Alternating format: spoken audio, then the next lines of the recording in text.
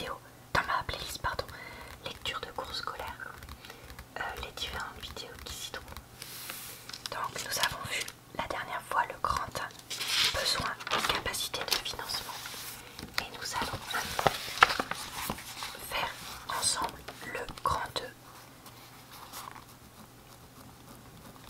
les taux d'intérêt, prix de la monnaie.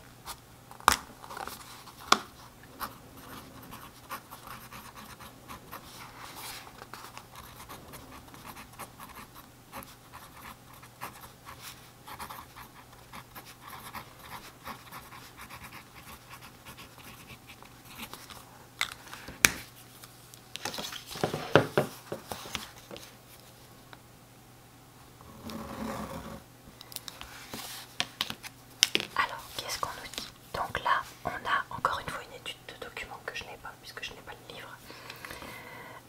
Donc on a différentes courbes concernant les taux d'intérêt dans l'Union européenne, avec de nombreuses variations à la hausse ou à la baisse. À partir de 2008, les taux d'intérêt ont beaucoup baissé en Europe et ils sont aujourd'hui historiquement très bas.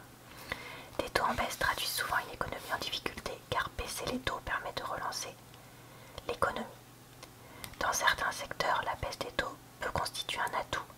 Dans le cas de l'immobilier par exemple, plus les taux baissent et moins les emprunts sont coûteux. Donc on va noter qu'il y a des variations des taux d'intérêt au cours du temps.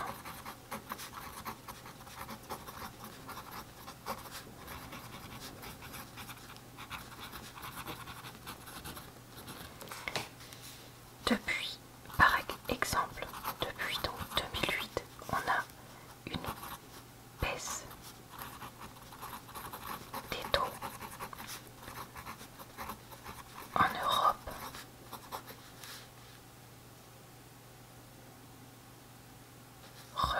pour donc relancer l'économie. Et je vais mettre l'exemple de l'immobilier.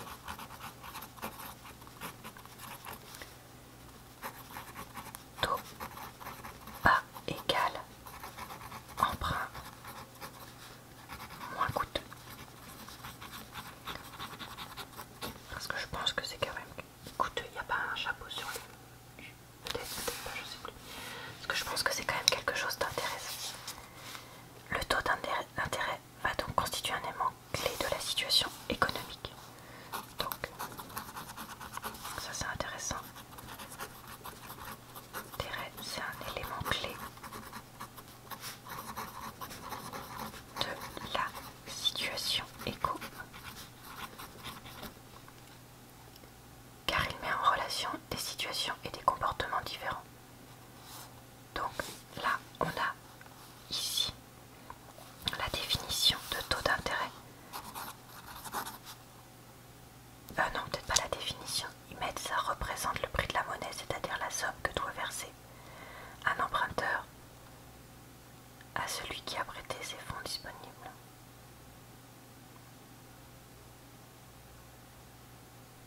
Non, oui, c'est que c'est pas la définition. Zut, j'ai pas d'effaceur, donc on va gribouiller, tant pis. Pardonnez-moi. Donc ici, il représente le prix de la monnaie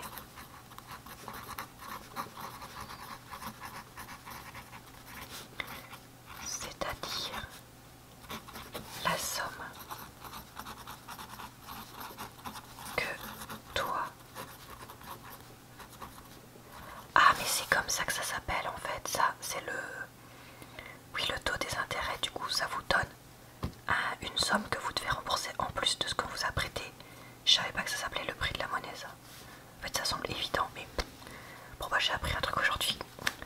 Voilà, c'est pour ça que je fais ce genre de vidéo, parce que je suis toute contente d'apprendre des trucs. Que doit verser un emprunteur à celui qui lui a prêté ses fonds disponibles.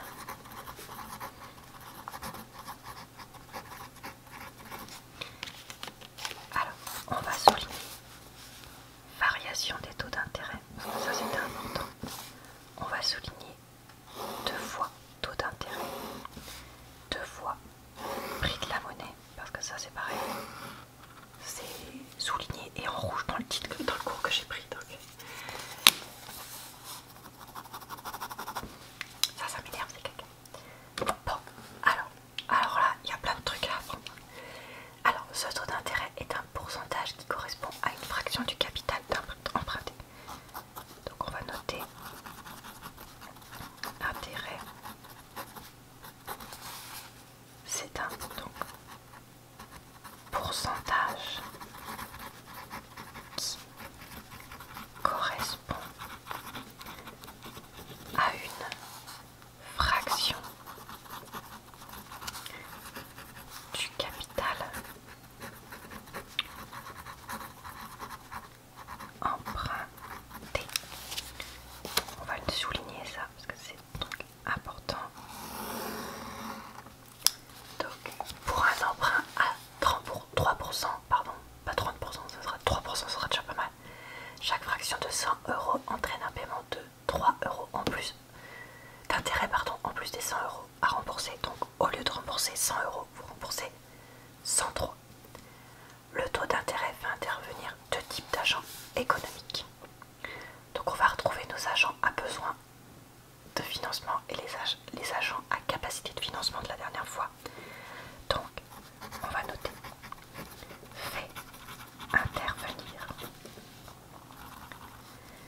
les agents à besoin de financement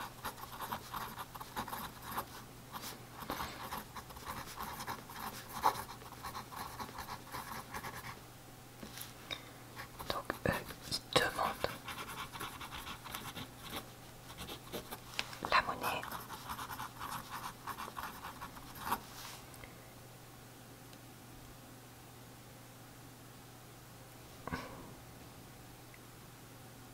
donc ils décident d'investir sans en avoir les moyens et empruntent des fonds.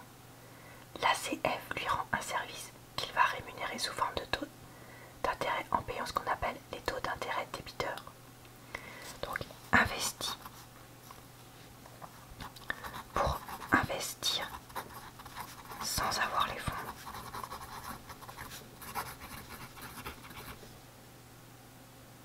Donc on lui rend service.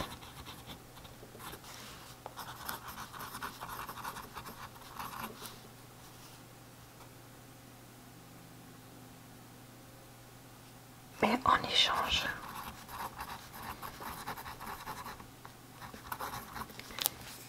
il paye les taux d'intérêt débiteurs.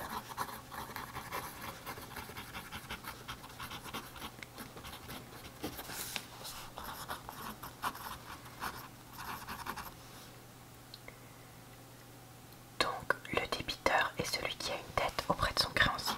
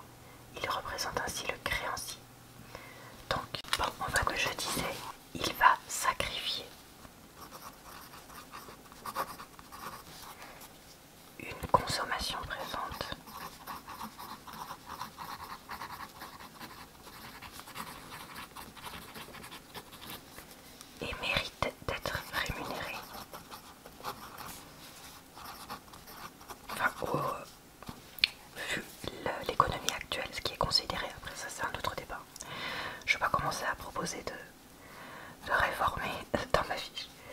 Rémunéré. Il rend un service et perçoit en échange, donc on avait dit. Donc il touche. Donc comme il méritait à être rémunéré, il touche des taux d'intérêt. Créditeur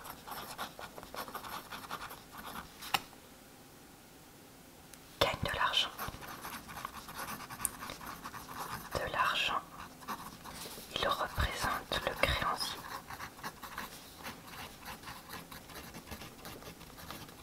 Ok.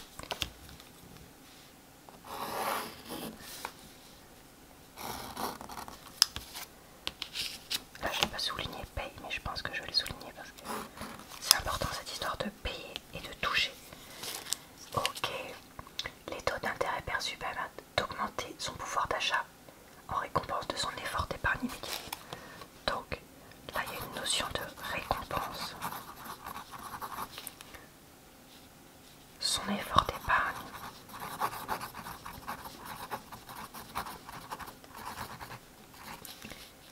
Immédiat. Et sa consommation différée.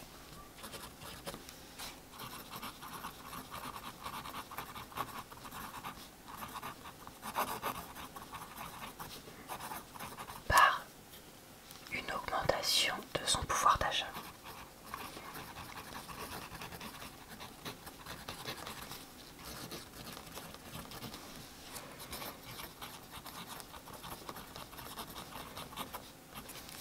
Ça par là.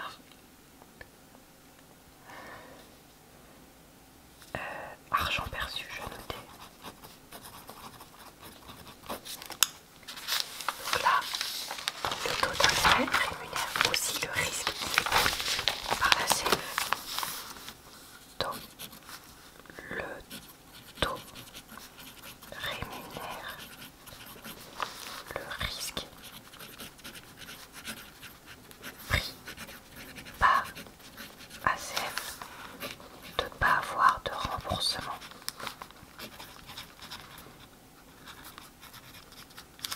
Si ça se casse la figure,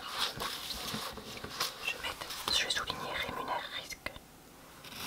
C'est quand même. Ensuite, il y a, je me demandais ce que c'était, donc j'ai pris le temps de lire. Donc il y a des informations sur la détermination de ce taux d'intérêt.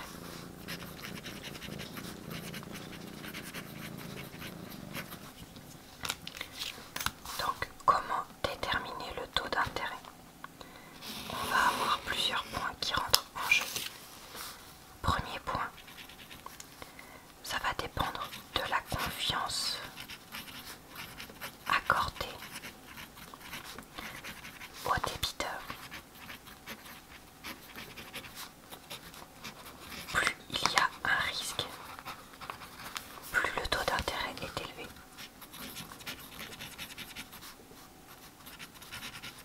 Plus le taux est important.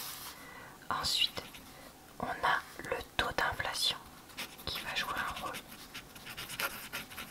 d'inflation. Plus l'inflation est donc, j'ai oublié de souligner ça.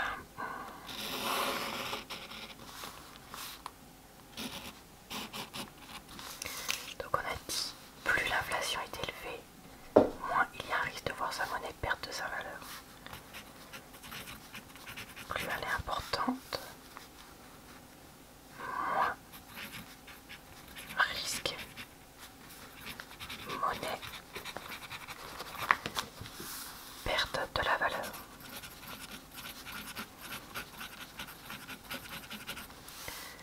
Une unité monétaire donnera en échange moins de biens, ou alors pour avoir la même quantité de biens, il faudra donner plus d'unités monétaires.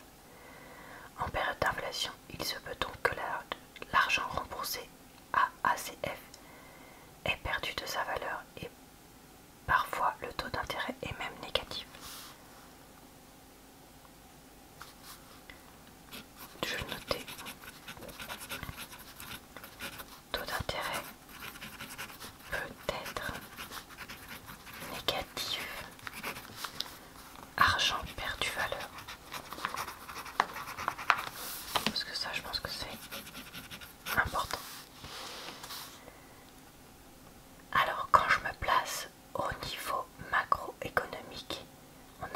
marché des fonds prêtables avec tous les APF et tous les ACF.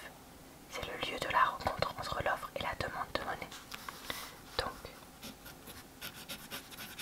le marché des fonds prêtables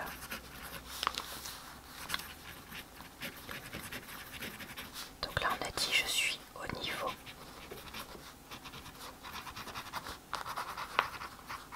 macroéconomique et j'ai donc tous les APF et ACF.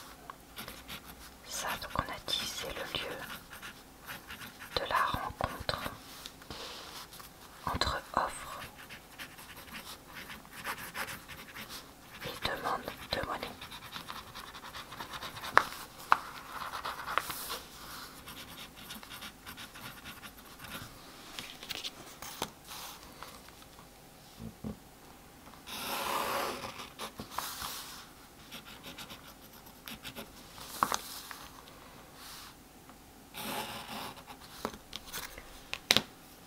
Le taux d'intérêt représente le prix de la monnaie et résulte de la confrontation entre l'offre et la demande. Et du coup, donc ça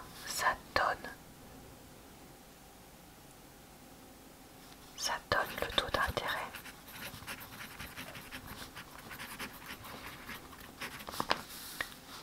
Qui représente le prix de la monnaie.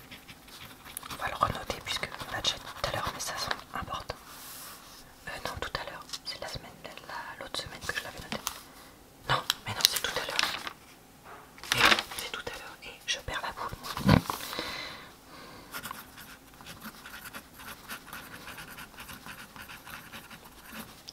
Je commence à avoir faim au moment où je filme, donc je commence à perdre la boule. Bon, allez, il nous reste encore une page.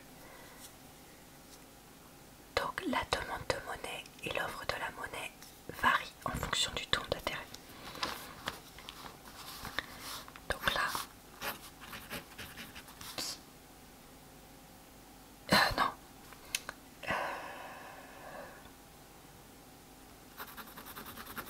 Comment je vais noter ça?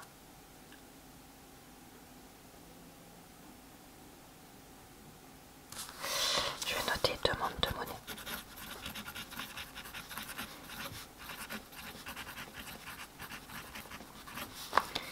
Et offre varie selon le taux d'intérêt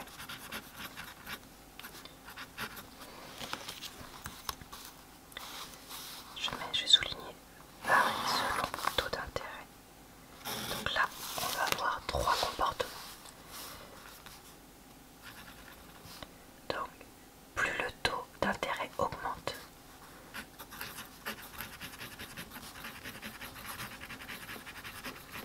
et plus l'épargnant offre de monnaie ou comportement de la ZF, donc plus l'épargnant augmentera son épargne en renonçant à une consommation immédiate.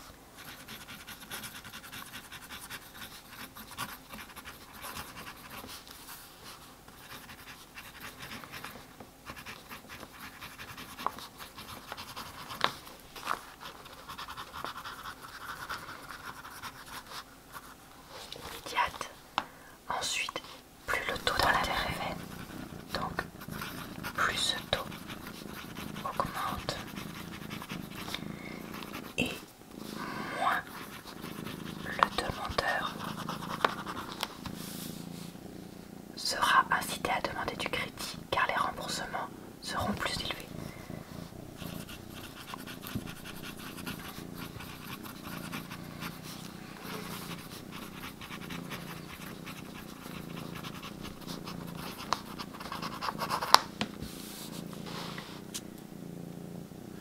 Par contre, le contraire, c'est si mon taux, on s'inquiète pas de voir des ronronnements, une patte et tout, on fait comme d'habitude ici.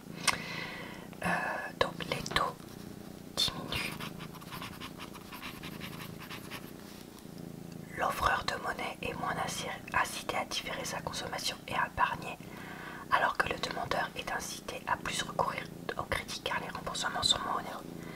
Donc, l'épargnant diffère moins sa consommation.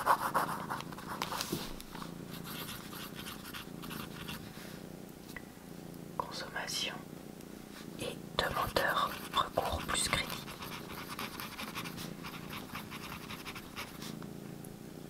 Recours, c'est comme ça qu'on écrit recours. Je sais pas.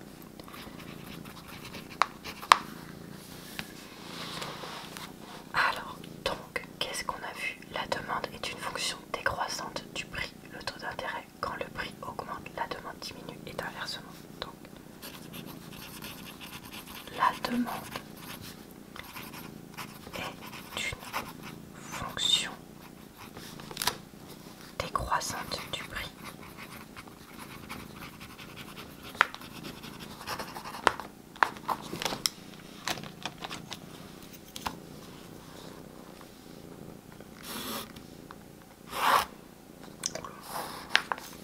C'est pas du papier de qualité, donc laisse tomber.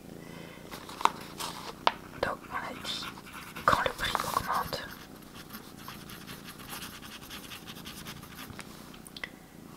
demande diminue. Et inversement. L'offre par contre est fonction croissante du prix. Plus les taux sont élevés,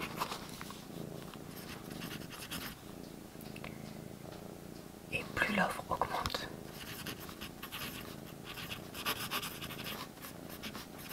Et inversement.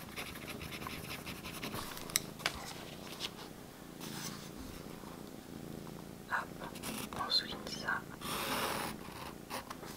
Ok. Le prix de la monnaie est donc fonction de ces deux comportements contradictoires et de la plus ou moins grande rareté. Donc là on va noter prix de la monnaie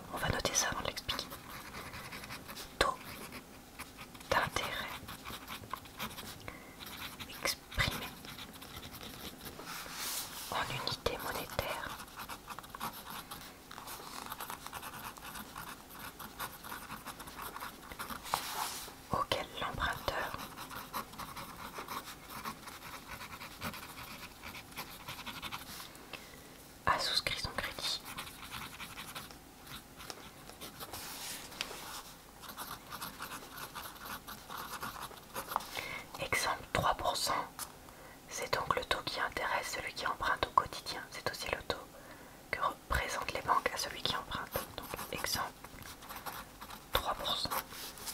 Ensuite, le taux d'intérêt réel.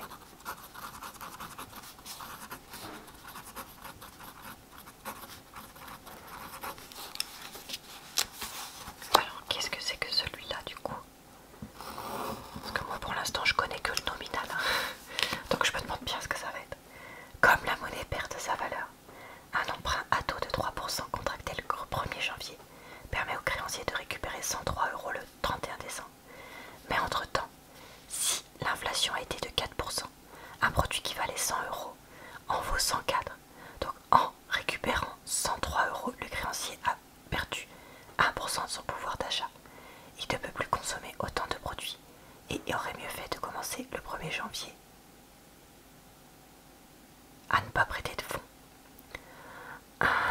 Donc là c'est le taux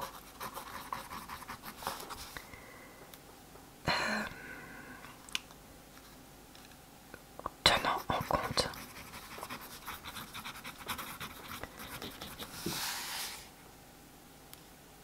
du taux d'inflation.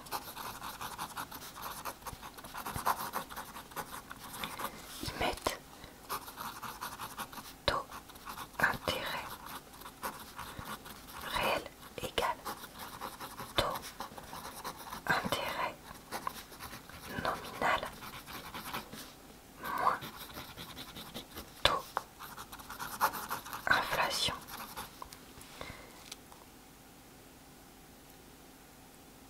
Alors, il faudrait comparer ces deux taux avec des suites géographiques. Taux d'intérêt nominal divisé par le taux d'inflation en pourcent. On l'écrit comme ça aussi. Je fais les deux écritures, mais alors là je suis désolée, je peux pas expliquer pourquoi. En fait, en gros, ça c'est plus mathématique de faire comme ça. Mais alors pourquoi je ne sais pas.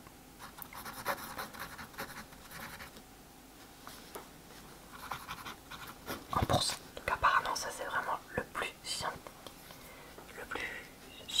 Bah oui, parce que c'est des maths. Donc voilà, on va finir. On peut donc avoir des taux d'intérêt réel négatifs. Présence de taux d'intérêt réel négatif en économie et celui qui